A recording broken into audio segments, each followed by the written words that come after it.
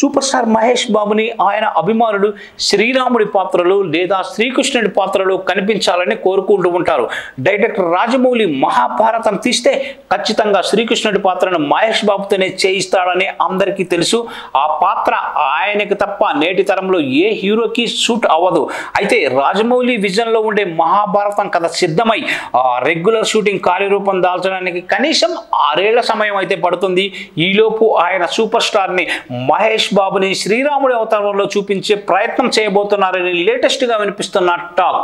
ఆ త్వరలోనే మహేష్ బాబు రాజమౌళి కాంబినేషన్ లో ఒక సినిమా మొదలు కాబోతుంది. ఈ విషయం అందరికీ తెలుసు. ప్రీ ప్రొడక్షన్ వర్క్ లో ఫుల్ బిజీగా ఉన్న రాజమౌళి ఫిబ్రవరి 2వ వారంలో ఈ సినిమా రెగ్యులర్ షూటింగ్ ని మొదలు పెట్టే అవకాశం ఉందని ఫిల్మ్ నగర్ లో జోరుగా వినిపిస్తున్న వార్తలు.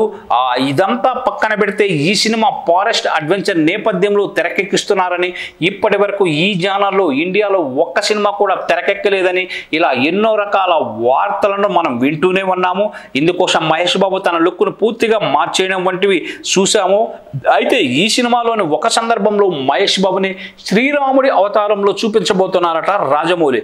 RRR మూవీలో రామ్ చరణ్ ని అల్లూరి సీతారామరాజు గెటప్లో చూపించినప్పుడు థియేటర్స్ దద్దరెళ్ళిపోయాయి. అల్లూరి లుక్ లో కనిపించిన రామ్ చరణ్ ని నార్త్ ఇండియన్స్ ఆ శ్రీరాముడి లుక్ తో పోల్చి చూశారు. మహేష్ ని కూడా తన సినిమాలో అదే విధంగా ఓ సన్నివేశంలో చూపించబోతున్నాడట రాజమౌళి. RRR సినిమాలో రామ్ చరణ్ గెటప్ లో చూసినప్పుడు ఆడియన్స్ కి ఎలాంటి గొప్ప అనుభూతి కలిగిందో మహేష్ బాబుని చూసినప్పుడు అంత 10 రెట్లు గొప్ప అనుభూతి కలిగించేలా రాజమౌళి ఈ పాత్రని తీర్చిదిద్దబోతున్నారట. ఈ సినిమా బ్యాక్ డ్రాప్ వారణాసి నుండి మొదలవుతుందట. అందుకే హైదరాబాద్ లో వారణాసి సెట్స్ వేసే పనిలో ప్రస్తుతం టీం ఉందని సమాచారం.